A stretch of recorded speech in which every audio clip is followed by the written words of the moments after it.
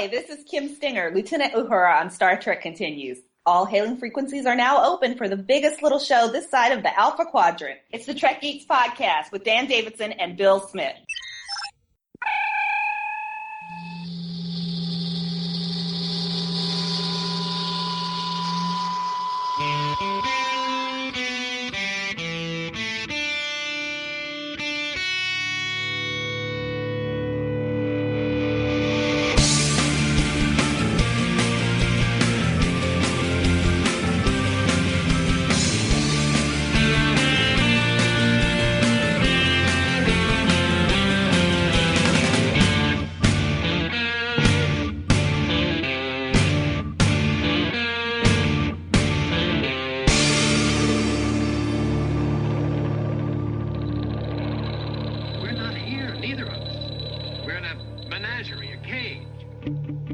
Coming to you from the Communications Division of Podfleet Command, here on good old Earth. It's the biggest little show this side of the Alpha Quadrant.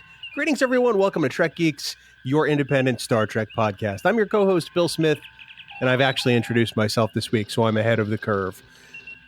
Thank you all for downloading. Thank you all for being here. We're sorry we weren't here last week. I was traveling for work, and my illustrious co-host was preparing for his move across state lines. And, of course, now that I've invoked him, I probably should mention him. He's probably got a whole bunch of stuff in boxes that he's working out of right now. He's the very transitory Dan Davidson. And Dan, welcome aboard, buddy. Have you found all your stuff? I found all the stuff that I need to record, and I think that's the most important thing. Thanks, man. It's great to be here. Yeah, across state lines, it kind of makes me sound like I'm a criminal of some kind. Your words, not mine. Trucking Coors beer east of Texas is bootlegging. Sorry, I had to throw a little Smokey and the Bandit reference in there this morning, but it's great. Wow, a little westbound and down. Very nice. Absolutely. Looking forward to today's episode, and of course, like you just said, apologize for the non-episode last week, but with your traveling and my very busy packing, it just didn't fit right for recording. But I'm glad we're doing it today because today's going to be a great episode. It absolutely is. I was in Las Vegas last week, and I'm here to tell you hotel Wi-Fi is terrible, which really is the main driver as to why there was no episode, quite honestly. I did manage to watch Star Trek Discovery mostly unencumbered, and I think it's because it was a Sunday night and everybody else is out drinking. Vegas, yeah. Night. Yeah, Vegas.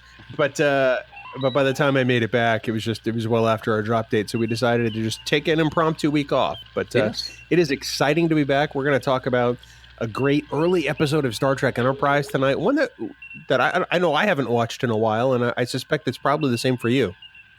Yeah, I have not watched this one in a very long time. Maybe it may have been even the first time it was on, to be honest with you. But it's an important episode, and we thought that it would be good to dive into early here in 2018. I'm referring to the 13th episode of Enterprise's first season, and that is Dear Doctor, a very heavy Dr. Phlox-centric episode, and it's got some pretty important ramifications throughout the rest of Enterprise and throughout Star Trek, to be quite honest. Absolutely, it does. I think it's an important cornerstone in that first season of Enterprise. We're going to talk about that a little later on. Dan, what you're going to talk about now is how our friends out there in the podcastosphere, the people in Podfleet, can send us their direct communiques and get in touch with us to tell us all kinds of great stuff. I'll be very happy to do that, friend. It's actually easier than ever to get in touch with us.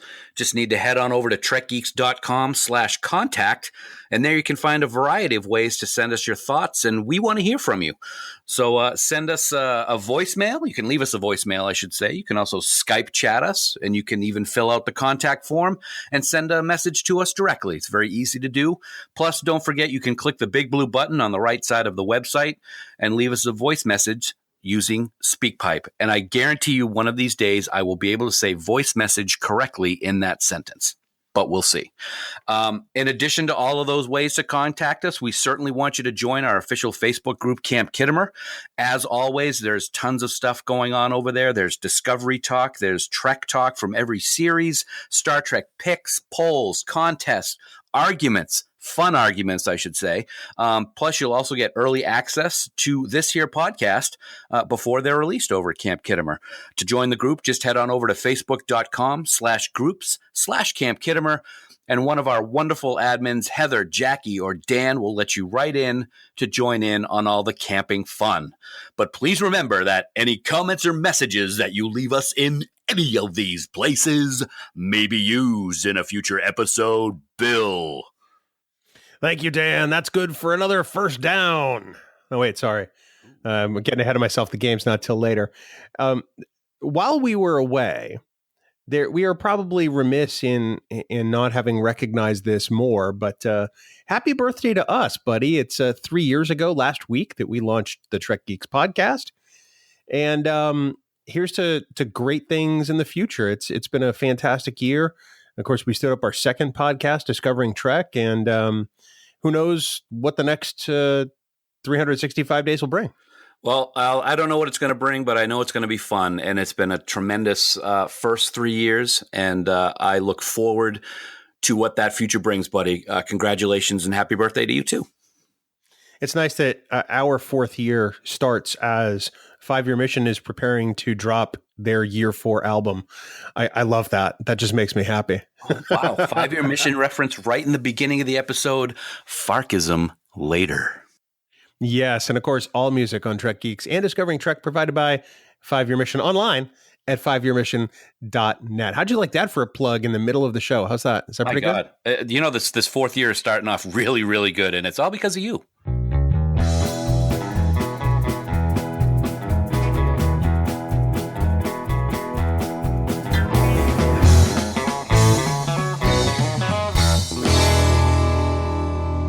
Dan, it's time for the news from TrekNews.net. Spanning the Alpha Quadrant. For all the news on all the Star Treks, yo. It's TrekNews.net.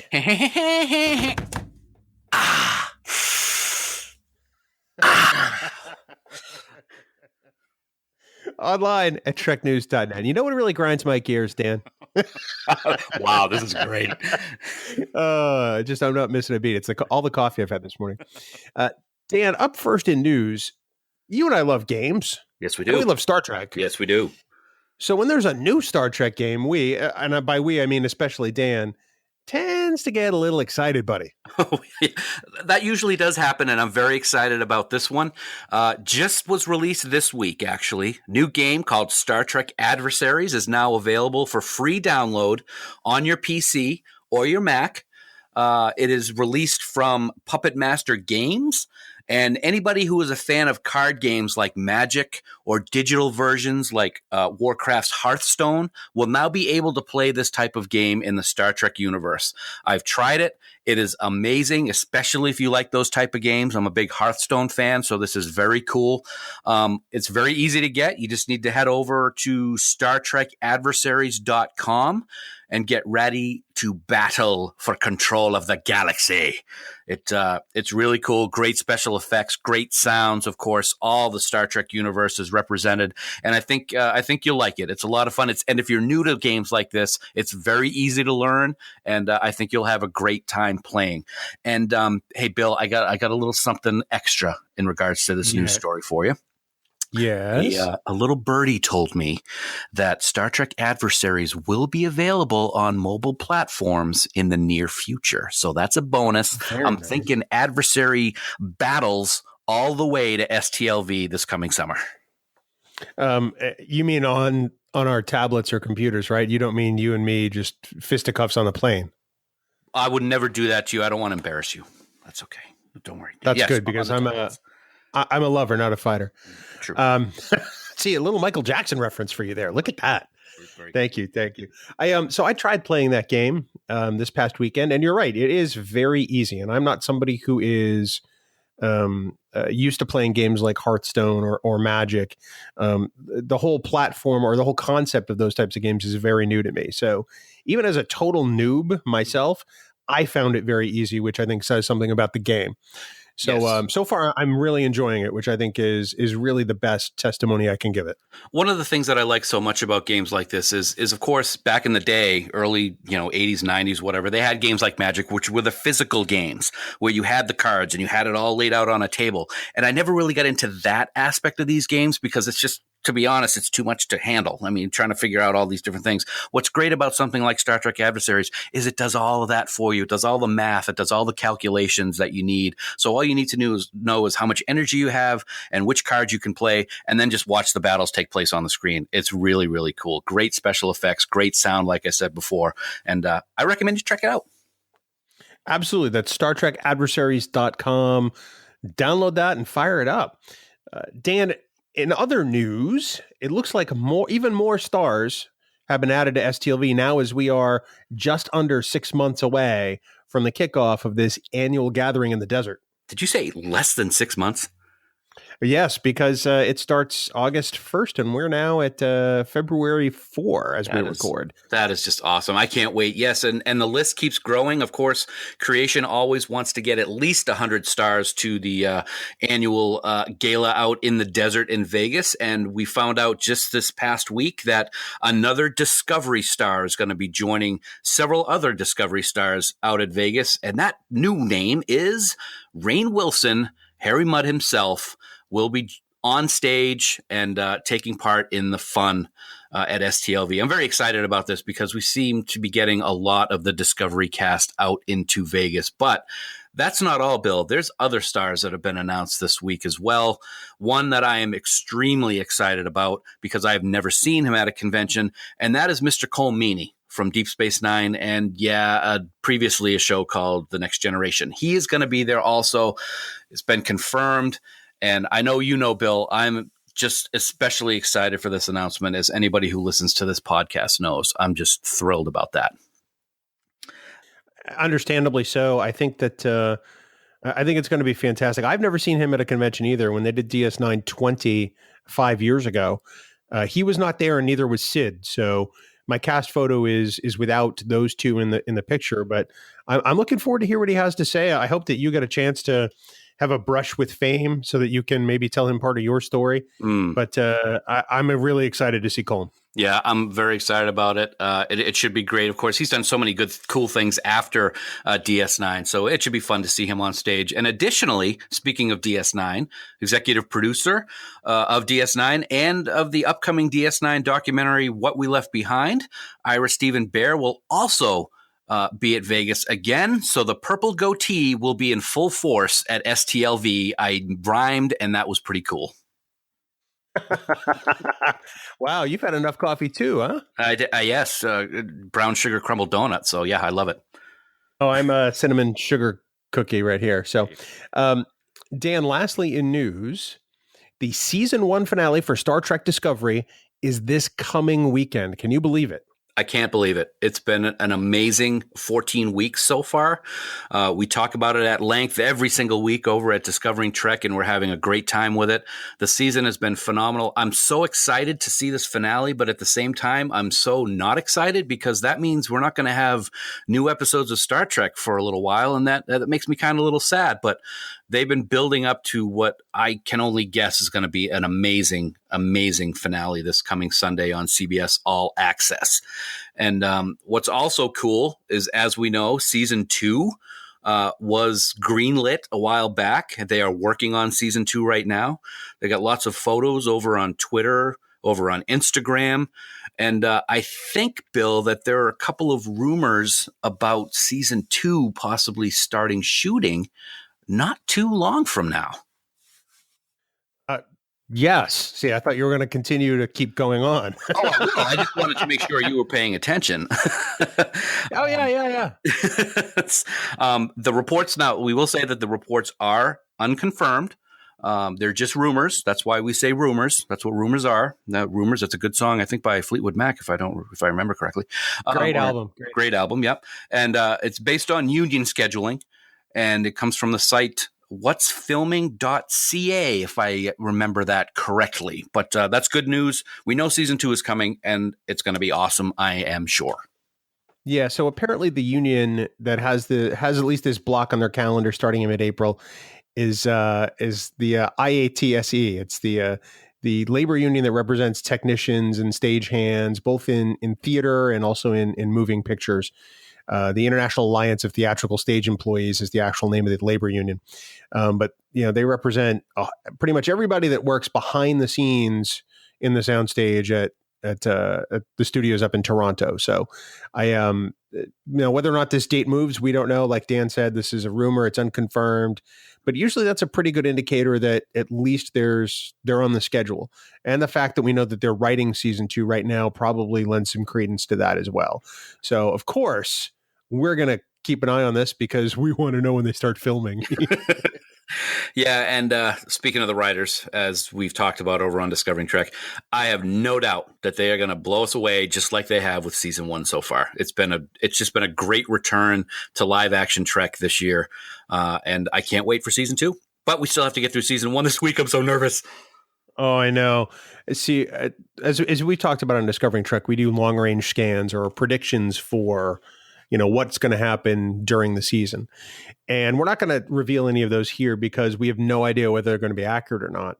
But I can't wait to see what kind of stops they pull out in the season finale, because there have been some pretty major cliffhangers during the season and some really big reveals. And I have to believe that the season finale is going to be very much the same. Remember back in the day when a cliffhanger would be at the end of an entire season and then we'd have to wait the whole summer? Yeah, Discovery does that pretty much every week. So, yeah, I do have one long-range scan for Discovery next week, and that is going to be that next week will be the season finale of Star Trek Discovery. I think you're going to nail that one, pretty honestly. I'm excited. Great job, buddy. I try.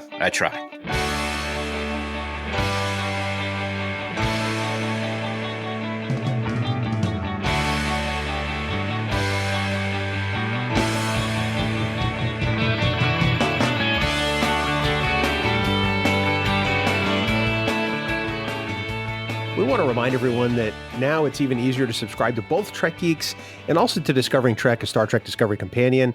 Head on over to podfleet.com and find out how you can get both of our fantastical podcasts directly on your iPhone, your iPod, your Android, or some other device. Plus, you can even stream our podcasts using Spotify, iHeartRadio, or Stitcher, or even use the RSS feed to download it to your computer. They're your independent Star Trek podcasts delivered your way, so join the Podfleet and make it so. Dan, dear doctor. I almost said dear Dan, and that would have been probably a horrible misstatement for me. But I know, right? This is an episode I haven't watched since it came on in 2001, to be honest. And I'm kind of surprised that I haven't watched it more. Do you know what I mean? I do know what you mean. And it's one of the downfalls. Here we go. It happens every week. And I'm going to just do it right now, right off the bat. One of the downfalls about H&I's awesome schedule of Star Trek every single night, except for Saturday night, is that Enterprise doesn't come on until midnight. So I don't get to do the rewatches of the episodes of Enterprise like I get to do with all of the other ones. So I haven't been able to catch up as much, but I have been, watching mishmash of episodes here and there through Netflix. And I got to admit also, Dear Doctor is not one that I have rewatched since probably the original run back in 2001. So it was interesting to sit down and watch this one a couple of times over the last week and a half or so to prepare for the episode today. And I'm kind of scratching my head as to why it took me so long to rewatch it. I know what you mean. I've watched it a couple of times since we decided we were going to do it.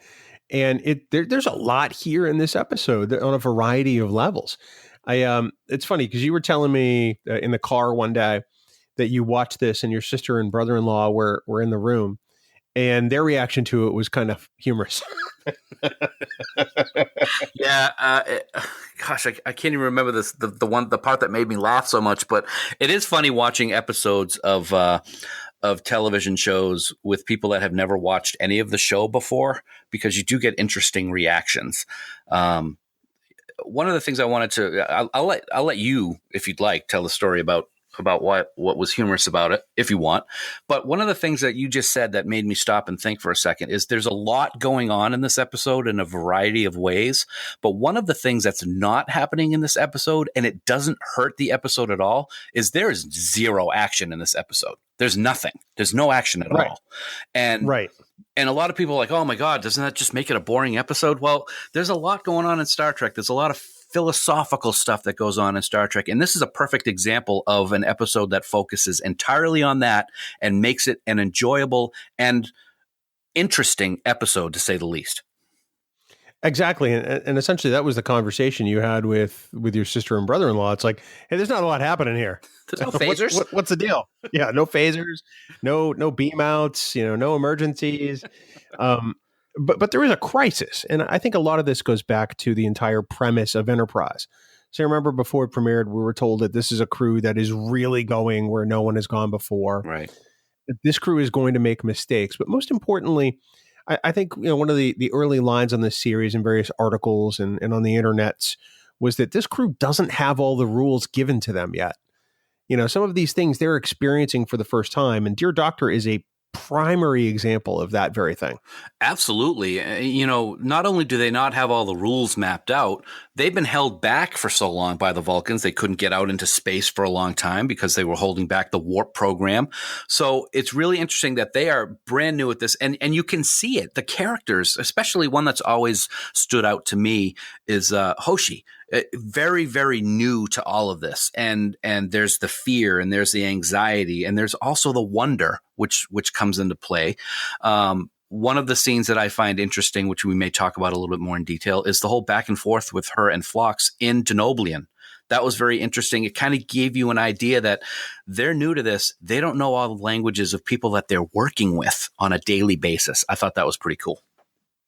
I agree. But I think that brings to mind, one of the great things about Enterprise and the way it was conceived is that with Phlox and T'Pol among this crew, there are great opportunities for conflict while still maintaining just the unabashed optimism of this series, because it is a very optimistic series. I think it does a great job of highlighting the inexperience of humans versus the experience and sometimes the impatience of the aliens that serve among them. And I think that's really the thing that brings this series together. One of the things that I think is great about Phlox and T'Pol is they are opposites of each other when it comes to the conflict and the optimism. Phlox is always optimistic, and you know what's going to happen, dude. We're talking about Phlox and we're talking about optimism, so I might as well just throw it out right now. Do it.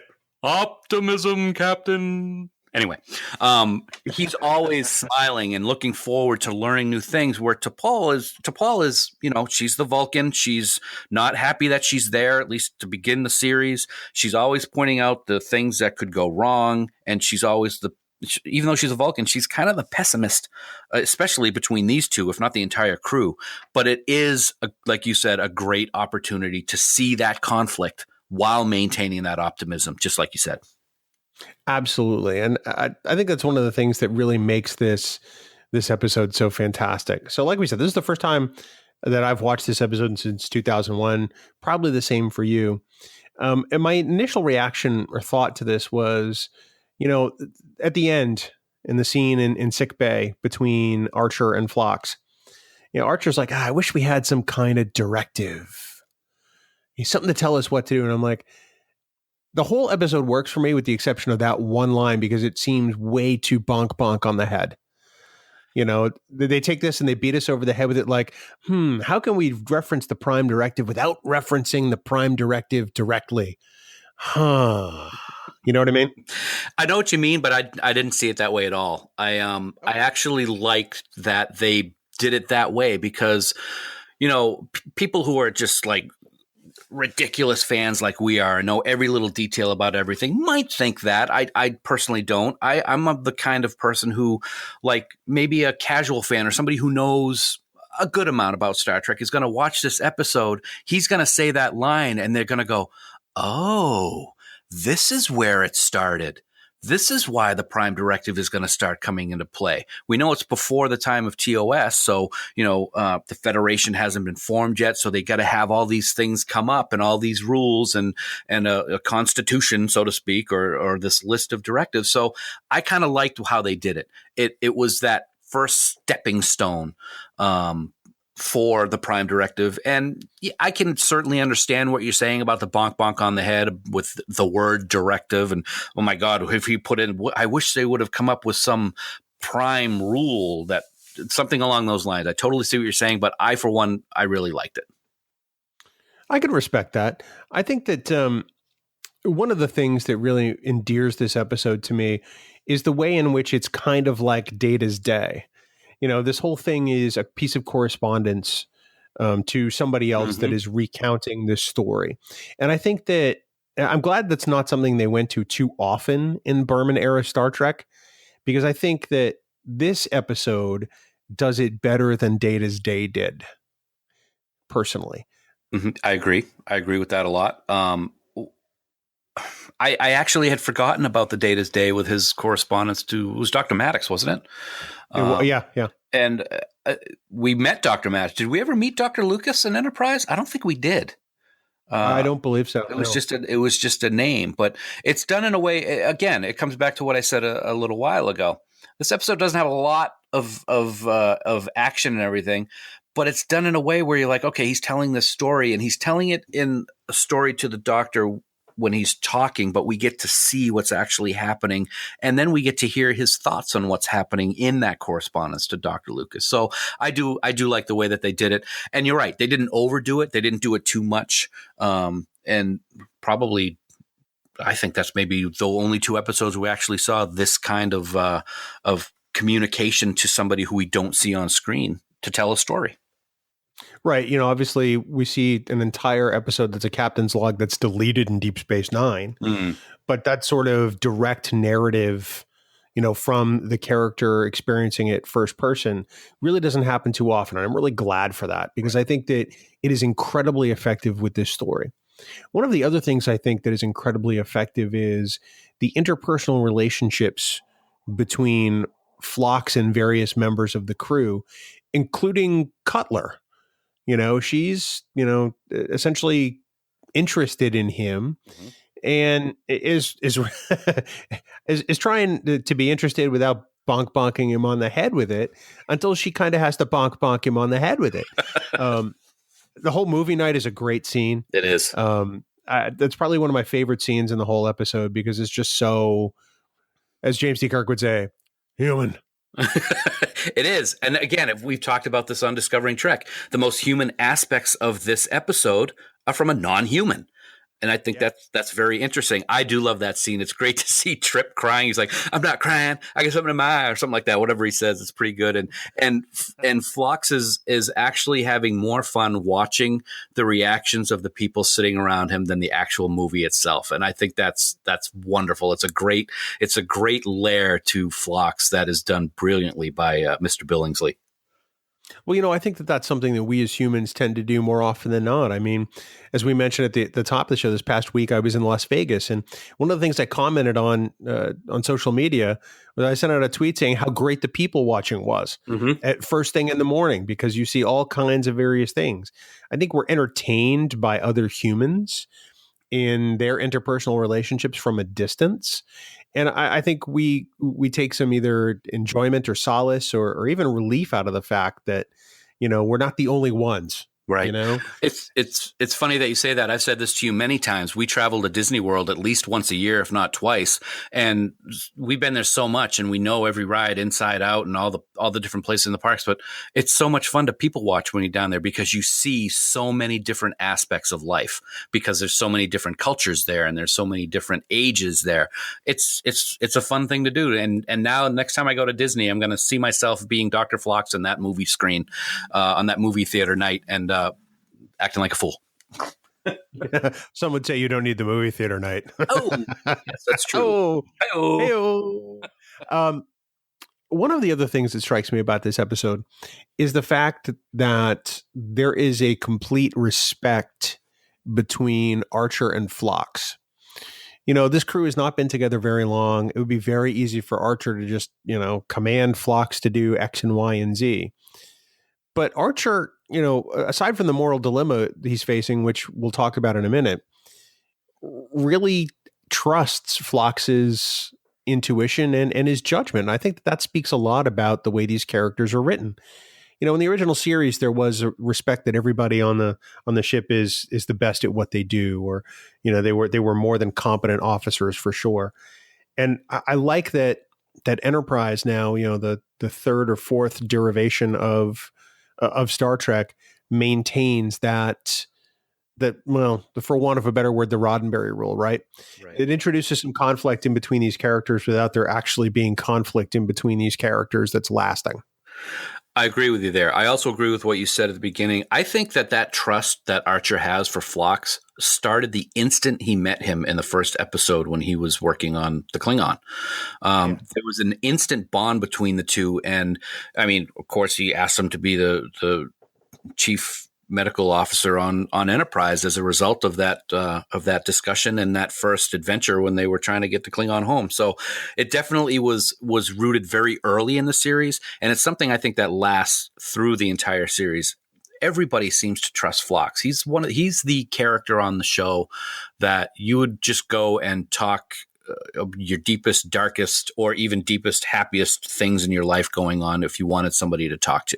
I think he's a brilliant character, and that bond between Archer and Phlox is very evident in this episode, because you're right. Archer could have said, I'm giving you an order, you do what I tell you, because he's got that human part of him that wants to help, where Phlox is looking at it from a different angle, which is what's very important about this episode.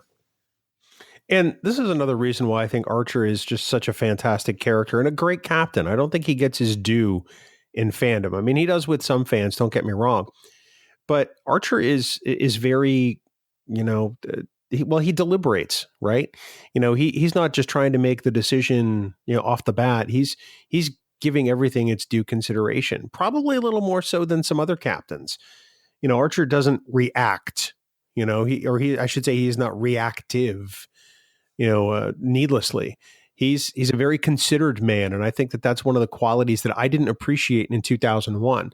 Looking back on it, I can see the complexity and the challenge that this gave to Scott Bakula, quite frankly, because we're creating new ground while treading some very old ground, and that's a delicate balance, I think. Well, you just hit the nail on the head. I think Enterprise takes place. He's really the first guy out there as captain. He doesn't have anybody to fall back on. He doesn't have any past experience from other captains who have been in deep space exploring to go with. And so these decisions that he has to make are just based on you said he doesn't make gut reactions, but they're based on what his gut tells him. And he has to juggle constantly, I think.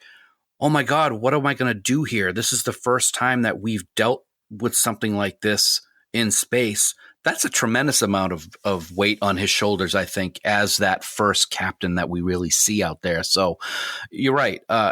Archer as the character does a great job with what he does. And he wears, I don't know if I want to say he wears his emotions on his sleeve, but you always know where he's coming from. But at the same time, you're right. Bakula did a great job in bringing that forward to us so we could see that conflict that he might be having in his head at the time that he has to make a decision like this. I think he's the most relatable of all the captains in their first season, right?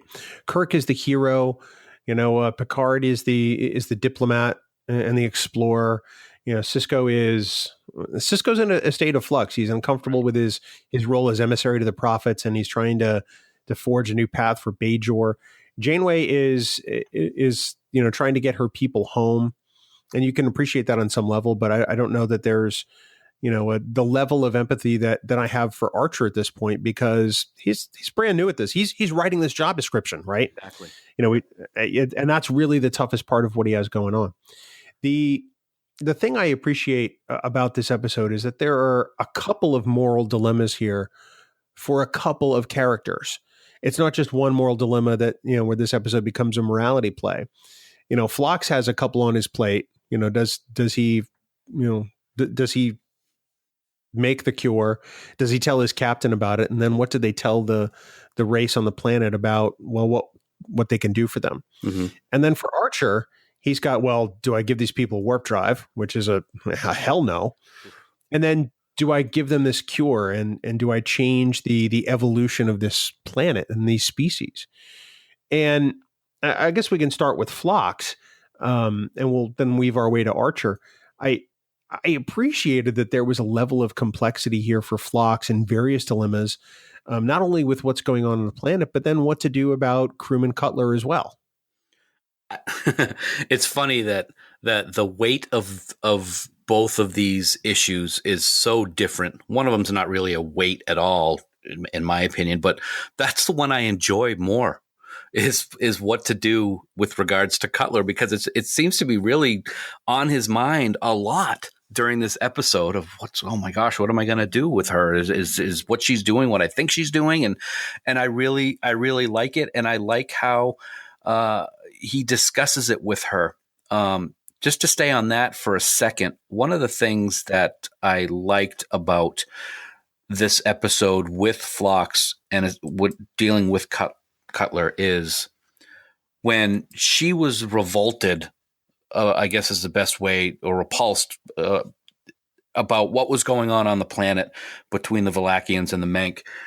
She just was, oh my God, that's just so awful. And it's just because that's how she felt about it. But it was a different culture and she didn't agree with it. But then when Phlox was telling her about his culture with multiple husbands and multiple wives, she didn't have a problem with that. And he pointed that out to her and said, well, why is that any different than what you're saying you don't agree with the Valakians and the Menk? And I thought that was a very interesting rhetorical question, because it made sense. And I think that we do that now, here, today, all the time. We like this because of this, but we don't like that because of that, when it's kind of the same thing. You know what I mean? Does that make sense? No, it absolutely does. I think that we base our reactions on our own sense of morality to some extent. Mm-hmm. And I think that Cutler's a great example of highlighting sort of the contradictions that we give ourselves as humans, right? You know, she's making a judgment about these races, but realizing that it's really not all that different from the interaction between her and Phlox on some level. Before we go any further, I have to say that Kelly Waymeyer is fantastic in this episode, and I'm really only sorry that her time on this earth was cut way too short. She passed away in 2003, just a couple of years after this episode was shot. And at the time, her star was really kind of rising. Mm-hmm. She was doing a lot of guest spots on the HBO series 6 Feet Under. She was doing Enterprise. I know she did an episode of Voyager. But just a fantastic talent. And I wish that, we had the chance to see more from Cutler, because I think that she was turning into a really great character with some really great interaction with Phlox. I absolutely agree. And it's really a shame.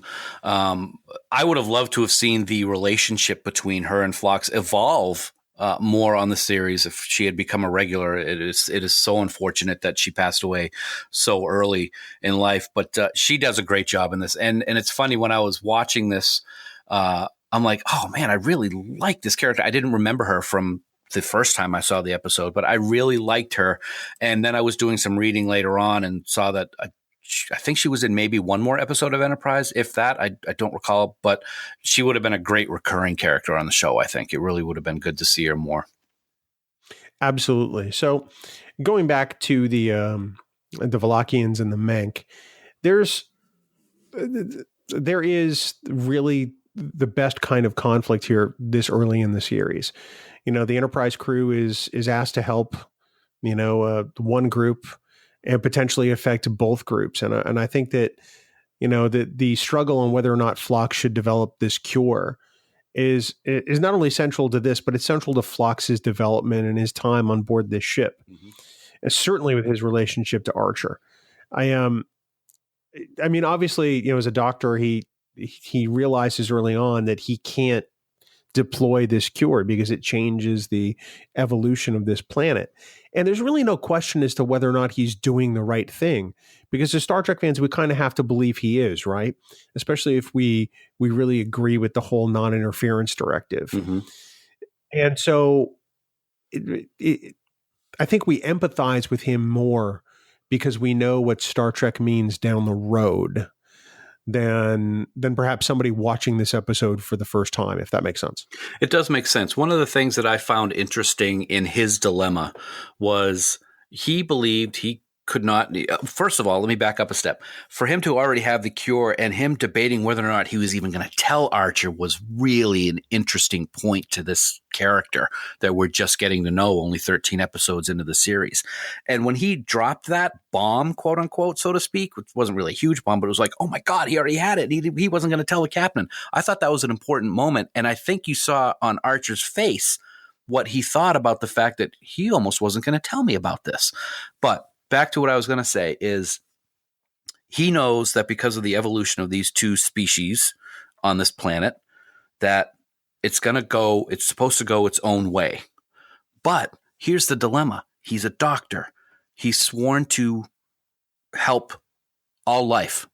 So that's going to be quite a battle. He knows that as a doctor, he's got to do what he can to cure these people. But at the same time, he's being pulled in the direction of, I can't interfere with the normal evolution of this planet. I certainly wouldn't want to have to make that decision. And you can tell that Phlox is having a hard time doing it, but he sticks to his guns in regards to the evolution of those two species. Well, and, he has to make ultimately the decision whether or not to trust Archer, right? Mm-hmm. And I think that's key to their relationship going forward. If he decides not to tell Archer, at some point this is going to come back up, right? They're gonna run into another situation like this or something that's like this situation, and at some point things are going to come to a head. But he makes the decision to trust his captain, and I think that that's key to this episode, or another key to this episode, because I think I've had like 3 or 4 keys to this episode at this point. That's a lot of keys. Yeah, a lot of keys. It's a big keychain. It's interesting. There's a great scene with T'Pol and Archer in Archer's ready room, and Archer has compassion, right? He even says in the episode to Phlox that his compassion guides his judgment. But in the scene with T'Pol in the ready room, he says we could stay and help them, and T'Pol rightfully says to him, the Vulcans stayed to help Earth 90 years ago, and we're still there. Mm-hmm. And I think that really gives Archer the kind of awakening. And I think that he comes away with, okay, so that's how this slippery slope starts, right? He begins to understand how the Vulcans must have felt and perhaps the dilemma that they had. Although with Vulcans, they rely on logic more than they do their feelings. And that Archer doesn't have that at this point. So in essence, Archer has to get over essentially making a choice. Yeah. And all Phlox is saying is that, we let nature do it. Yeah. And I think that's what Archer has the biggest problem with. Yeah. Basically, Archer's telling T'Pol, now I know what you guys were doing that for, because he's afraid that same things could possibly happen here. And it was an interesting insight into Archer's thought process, because at least for the first several episodes, he made every opportunity he could to give T'Pol a hard time for the Vulcans holding him back as long as they did. Now, when the shoe's on the other foot, it's a little bit of a different story. And I thought that was really interesting. I agree with you. Both Archer and Phlox have incredible development in this episode. Archer, we mentioned earlier, has several dilemmas. First, the Mank ask him for warp drive. And it's like, well, I think he thinks about it for maybe like 0.68 seconds. And, these people have no idea what they're doing. They've never dealt with antimatter before, as Archer brings out. That's really not an option. So that one gets crossed off the board early, even though the Menk keep asking for the warp drive. Right. And then it's like, well, do we give them the cure? And, do we help these people? Because, Archer thinks on some level that's the compassionate thing to do, whether or not it's the right thing to do. And then I think that this episode helps him come to the realization that these are the type of things that they may be faced with time and again, as they explore space and explore the galaxy. And I think that that's where this episode comes together. You almost see the light bulb go off over Archer, like, oh, there's so much more to this than just stopping by planets and doing, surveys and sending the data back to Starfleet Command. We may actually influence the development of other cultures and other races and other planets as a whole. And is that the right thing to do? And for this episode to occur this early in Enterprise's first season, I think is pretty amazing. And the fact that it's written so well is a testament to, just the nature of this series in general. What I found interesting this week while watching this episode, and I'm not going to give spoilers because we don't give spoilers about Discovery here on Trek Geeks, it made me think about recent episodes of Discovery. And that is, I'm going to put it in this way, destiny versus making your own decision. And you know what I'm talking about with Discovery based on what's been going on in the episodes. Makes me think about this. Were they destined to help these people and give them warp drive so that they could find their own way to take care of the problem that they had? Or did you have to make the decision to do it or not do it? It all can, your head can start spinning around thinking of the what ifs in these type of situations. This is a great example of that, I think. Who's to say that they weren't destined to meet these people to give them the technology or to give them the cure? Or is it Archer and Phlox making the decision of how to act and possibly changing the course of that civilization forever? Yeah, definitely. It's interesting in looking back and doing some research on this episode and looking at sites like Memory Alpha, UPN actually had the ending of this episode changed because they didn't like it. So what we saw was actually not the original ending for Dear Doctor. And I think that that's fascinating. Apparently, they felt that it was important to make sure that everyone was there to support the captain's decisions. So it makes me wonder if there was more conflict in the original ending. But John Billingsley essentially was not fond of how the episode's conclusion was modified. Ultimately it wasn't his call, as he would say. He wasn't happy with the revisions, but it did seem a contradiction of terms to him and what the character was supposed to be about. I would love to read that initial ending of the script and find out exactly what it called for. Yeah, that was going to be my question is does that information say what the actual ending originally was going to be? It kind of makes you think that they're going to go a different way than what they did. It could have been completely opposite. Maybe they give him the cure. Maybe they give him the first specs for warp drive, which both instances would have been like a wow moment, or it could have been something subtly different. But interesting that in that article that you were reading that they don't talk about what that original script was. That's kind of interesting. Yeah, you have to believe that there was more conflict, especially if they wanted everyone to be supporting the captain's decision, right? Right. And you get some. Even in the scene where they drop off the medicine at the end of the episode that's supposed to help, comfort the Valachians, you can see that Phlox still just isn't feeling great about this. Exactly. And it doesn't take a genius to figure out that it's not really what he wants to do, even though he knows that what he feels like he should do can't be done. Right. So, interesting trivia note. The unnamed alien astronaut at the beginning is Christopher Rydell, who is the son of Joanne Linville, who played the Romulan commander in the Enterprise incident in the original series. And that would be the brother of... Oh, my God, I can't think of her name now. Star Trek continues. I was waiting. Yeah. But yes. Amy Rydell. Thank you, Amy. Yep. Yeah, that's very interesting. Everything's always tied together. And that's an interesting... I'm going to go off on a tangent here for a second.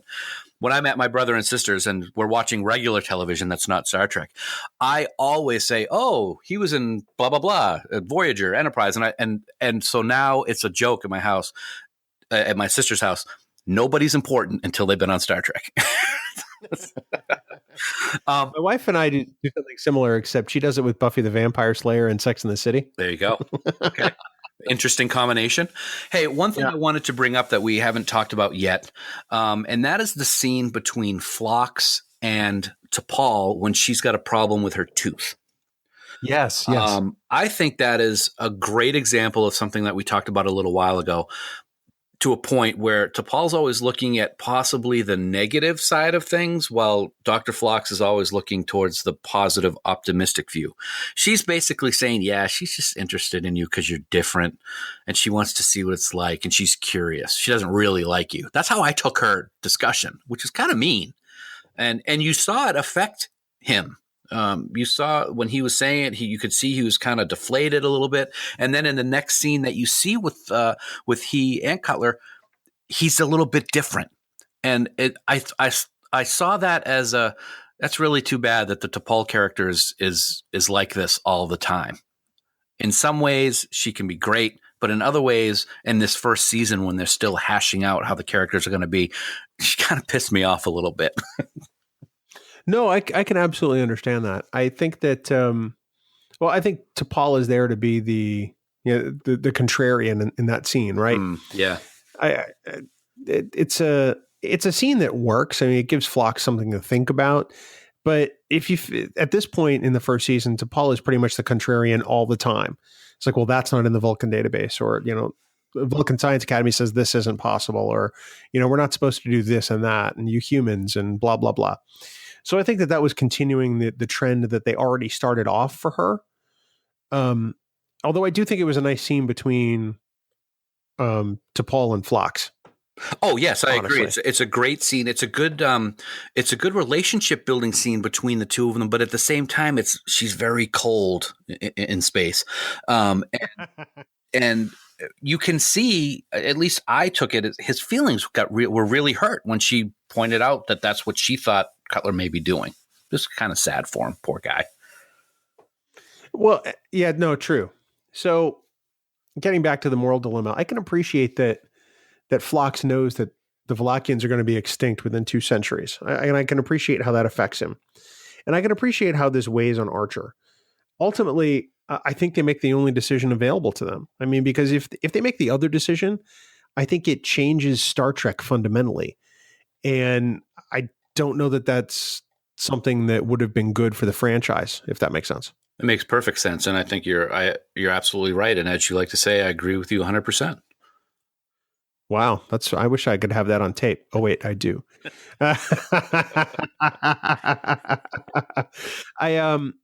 I do think this is an absolutely classic episode. And, if there were a series of episodes I were going to sit down to tell somebody what Star Trek is, I think I would add this one to that list, because in a nutshell, it is what the Prime Directive is about.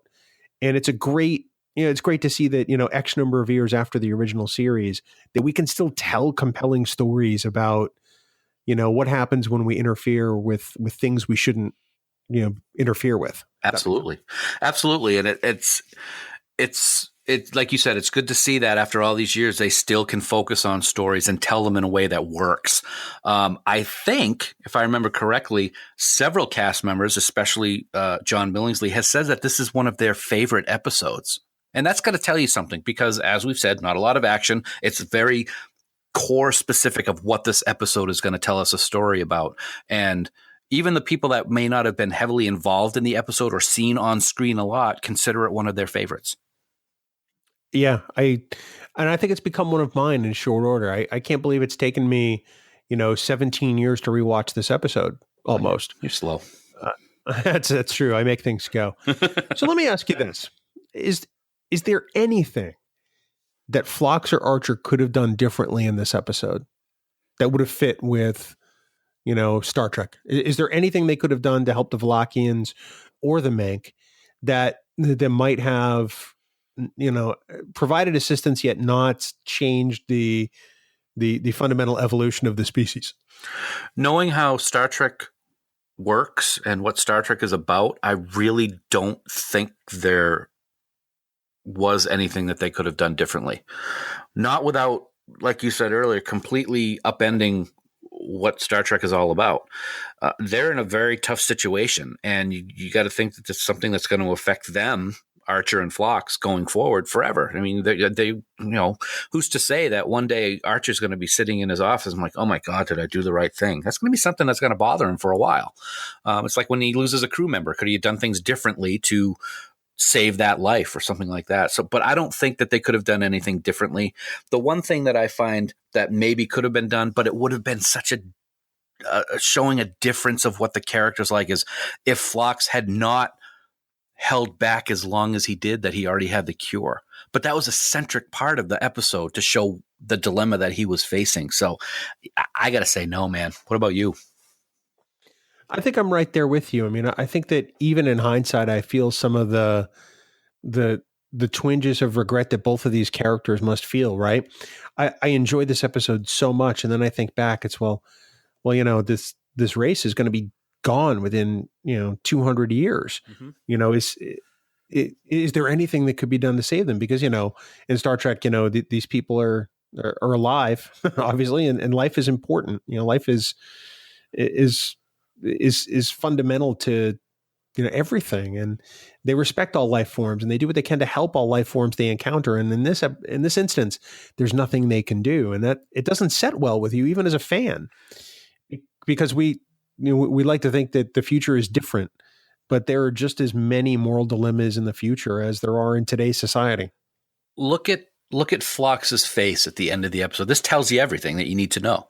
Look at his face when Archer's talking to the head guy about, okay, we're going to give you this. This is going to help you so you'll be more comfortable. We can't give you warp technology. We're sorry.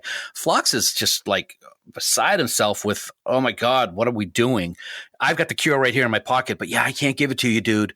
And that's going to just be killing him as a physician and as someone who has moral scruples. It's perfect the way. It's funny that he did not like the way that this episode ended, because I think that the way he portrayed Phlox at the end of this episode is a critical part of what this character is all about. Yes. It speaks to who Phlox is. And although it wasn't an ending that the actor was essentially on board with, I think that it shows what a professional Billingsley is. And he showed up and he knocked it out of the park, right? Exactly. He gave a performance in that rewrite that still spoke to who Phlox is, and without compromising, the integrity of that character. So I think it says volumes about the character. I think it says volumes about John Billingsley and really everybody else that was on Enterprise, because, as good as Billingsley is in this, Bakula is just as great, with the different set of problems that his character faces. It's interesting that characters that don't have a lot of screen time in a particular episode, because let's face it, this was a Phlox episode, and Archer was in it, but he wasn't in it as much as it was focused on Phlox. But the scenes that Archer were in were paramount. Get it? Scenes for the episode, and he carried them. They were huge Archer moments in the development of both Archer and the entire show. So, what's the best scene in the episode for you? I think the scene in the mess hall when they're arguing about what they want to do, and that reveal that he already has the cure, was my favorite episode. That was just an old bleep moment for me. I thought it was great. I thought it was wonderfully acted by both Scott and John. That one stands out to me. I think is my favorite. That one's for me also is on that list, but it's tied for me with the very final scene on the planet, because you're sort of left with that dread, that sort of pit in your stomach that is like, oh man, but we have the cure. We have the cure. We can help these people, but we can't help these people. Right. I like this episode so much because I feel like I feel the same dilemma the character goes through. And that to me is great Star Trek. It is great Star Trek. You know what else is a favorite scene for me? Tongue in cheek. The very beginning. Are we ever going to see any of these creatures that Phlox has in his sickbay? Because they're kind of creepy. I got to tell you, Billingsley sells it when he feeds that one thing. He sort of takes the lid off very carefully, and he reaches the food in and then takes his hand back really quickly so as not to get bitten. He sells it, and the audio for that scene is just spot on. But what's even better about that part is he pulls the hand back, and then he takes another one, and it looks like he's about to put it in, but nah, he eats it himself. Yummy. I will say that is the most uneventful tease in 700 plus hours of Star Trek. I would have to agree with that. Nothing happens. Oh man. This is an episode I think I'm going to go back and watch periodically now that I've rewatched it again, because I think it's important in the development of Enterprise and in the whole of Star Trek. I think that without this episode, well, because let's be honest, it's perfectly at the midpoint of season 1 almost. And it really kind of shows us the promise of this series and honestly how good it really was early on. And I think that people are really just starting to figure that out now, 15 years after the fact. I have to agree with you there also, because one of the things that we've always said about a lot of the spin-off series is that it sometimes took a season or two for them to get their feet on the ground and start running with stuff. Definitely on TNG, DS9 to a point, Voyager to a point, if not longer than 2 seasons. And originally I thought the same of Enterprise, but as I've watched sporadically over the last year or so, it really is the most solid first season, and except for Discovery, that's a completely different story. It really is the most solid of seasons for the spinoff series, and I think that's really a testament to the cast. They're able to really work well together, and with the stories that they're given, they really are able to tell the stories in a good way. Yes, I can't add anything to that because I think you stated it perfectly. Dan, another thing we'd like to state perfectly is that we love 5-Year Mission. They are so fantastic and so amazing to us. We get to use their music in every single episode of Trek Geeks and also Discovering Trek, a Star Trek Discovery companion. And we are so grateful to them for the support they provide us that it's so easy to show them love whenever we can.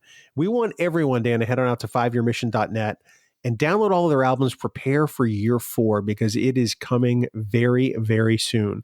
I know they're putting some finishing touches on it. I know they're recording some new tracks that were related to the crowdfunder, which is exciting for the EP. And I can't wait. So that's 5yearmission.net. Please support the band, show them some love, and become a huge fan because we definitely are. You didn't even say anything about the Beefcake calendar, dude. Well, I'm trying not to get I want that like now. And the more I talk about it, the more I want to see 5YM Beefcake on my wall. I like the idea. Speaking of talking about things, today we did talk a lot about the Prime Directive, the birth of the Prime Directive in Dear Doctor. And, there were a lot of episodes in Star Trek that dealt with the Prime Directive. And there was one that I watched recently that had a huge Prime Directive implication. You remember the one, Bill. It had a balding Klingon. It had a large version of the famous fidget spinner of death. And it had some really, really bad wardrobe choices by the Capellan. So I'm giving you a little hint there. Yeah. And it's Friday's Child. It's a great story. But for me, the best moment of that episode is when Aline gave birth to her son, who would grow up to be a famous drummer in a band known throughout the galaxy. Oh, God. His name, Leonard James Akafark. He is legendary. Legend. See, I thought you were going to go Leonard James Farquhar. Farquhar? Farquhar. Yeah. Nah, as opposed to Akaar. Akafark. It's like you're hiccuping or something. Akafark. I also thought you were going to go Fark Day's Child. See, that's why I do this. I'm so much better at them. Better? Really? You're comfortable with using that adjective? It really is the highlight of my week when I can come up with a Farkism to make people smile. So, is that what they do? I hope they smiled. I hope Fark smiled. I smile. No. That was for Fark. We still need an actual Fark recorded rim shot. That would be fantastic. Oh, that's a good idea. So yeah, 5yearmission.net. Please download all of their music. Dan's Farkisms notwithstanding. Dan, next episode, we're going to take a deep dive into the original series. And this time it's going to be an episode you and I didn't always necessarily agree on. I would say that is true. And I would also say that having to argue with you over and over, I am tired.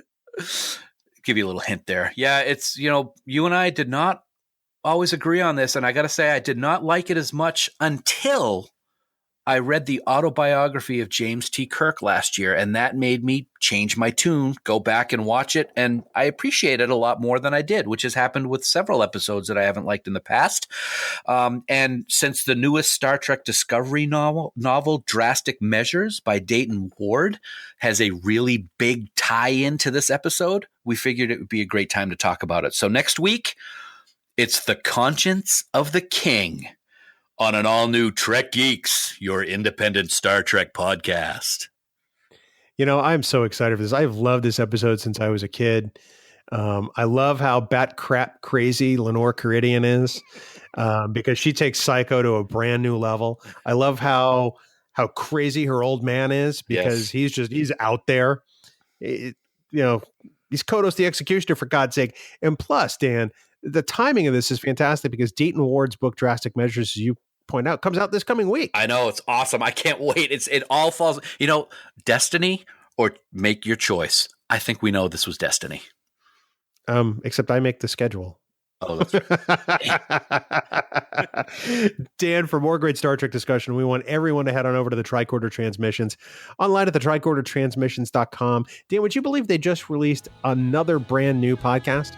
I don't believe they've added to their library of shows a great podcast called Reading Trek, all about Star Trek novels. I can imagine you're going to become a big fan of this one. It's brand new. They just dropped their first episode this past weekend. And since we love everybody and everything over at Tricorder, we hope you check them out. Again, online at the tricordertransmissions.com.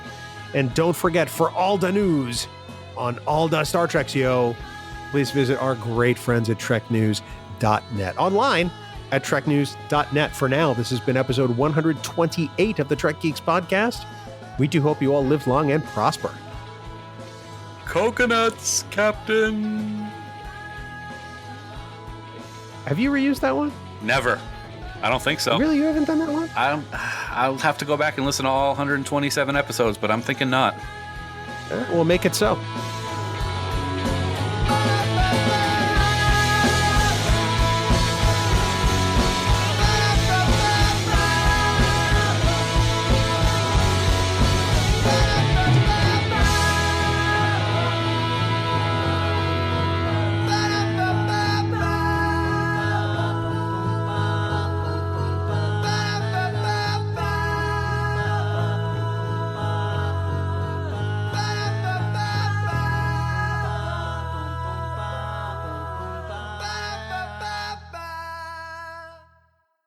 Dun dun dun dun dun dun dun dun dun dun dun dun dun dun dun dun dun dun dun. Dan, it's Super Bowl Sunday. Dun dun dun dun dun dun dun.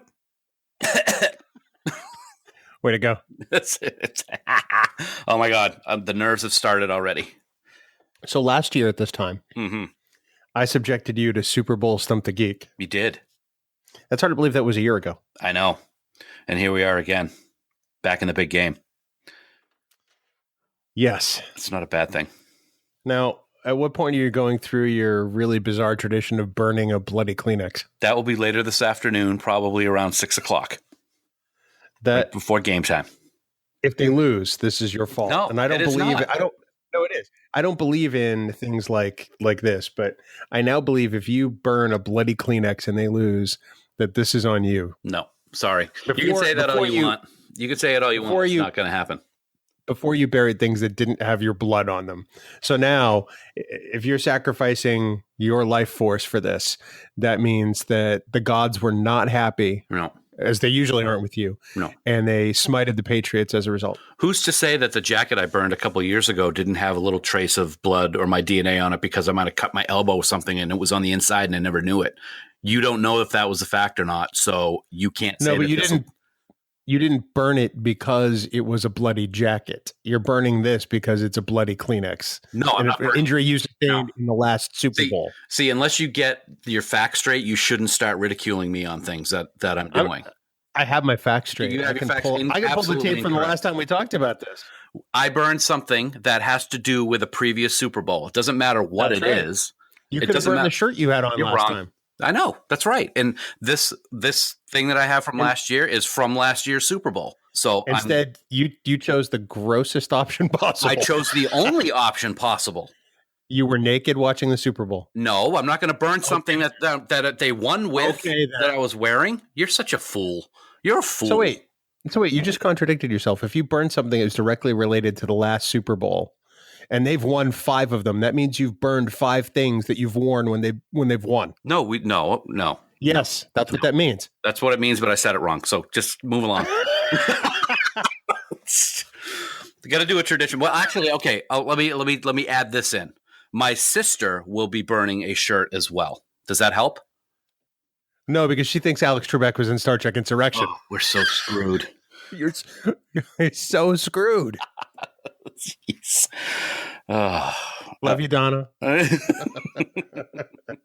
So last night, my wife and I are sitting in the living room, and we were catching up on various shows because it's been a crazy week with my travel and stuff. And she was telling me how the kids of a friend of hers from the gym have this app on their phone called iFart. Oh, lovely. Well, so she downloaded it. Next thing I know, she starts playing fart noises, and they're named somewhat humorously. And I have to admit, I was laughing like a stupid 11-year-old kid. Oh my God. I don't know if I even want to know. I'm not going to repeat any of the names. I'm not going to tell anybody to go download this app, but it does appear to be available for both iOS and Android. But the level of effort that went into this app is pretty interesting. There's even something called a security fart, where you can set one to go off when somebody picks up your phone. Is this what Trek Geeks has come to? Well, it's what it's always been with you involved. Oh, wow. I'm just finally sinking to your level. Wow. Oh my God. No, I'm glad you get to sit down in your living room and have fun and do things like that last night. We really don't have much of a living room left.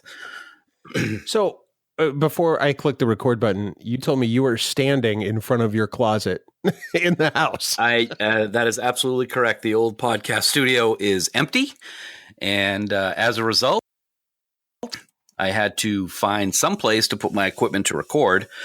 And the only place that I could that didn't have a lot of echo, because all the rooms are so empty, is my master bedroom. And the only place I could really set up was on the shelf in the closet. So I'm standing in front of my closet. My laptop is on the shelf, because it's not a shelf way up top. It's kind of, because we have an angled roof, it's kind of about, 4 feet up from the ground. I got all my stuff. I got the microphone attached to the shelf, and here I am. I want to tell you, this is probably some of the best audio you've ever produced. You're right. Absolutely no echo. It's nice and balanced. Yeah. This is the best you've ever done, buddy. Congratulations. It only took 128 episodes. Well, practice makes perfect. And I guess now we're done practicing, aren't we? Well, one of us is. Big jerk face. Hey, I'm still taking mulligans right and left here. Yeah, we made a lot of progress. This will actually, to tell you the truth, Bill, in all seriousness, this will be the last time I record Trek Geeks in Maine. The very last one. Oh, wow. Yep. Wow. Next week, we will be leaving Maine for the last time, the house, probably on Saturday, driving back up here for the closing on Monday. But the next time we record Trek Geeks, it'll be in Nashua going forward. So it's kind of a little sad moment, actually, to tell you the truth. Well, it's a space that served you guys well. I know that it's been a home with a lot of laughs and a lot of great memories, but here's to brand new ones. Absolutely. 16 years here, and I wouldn't trade it for anything. It's been fantastic. So, but bigger and better things coming up, so I'm excited. Rock on. You ready to do this? I'm ready to do this. Ready to do this. My house. Ready to do this. Go Pats.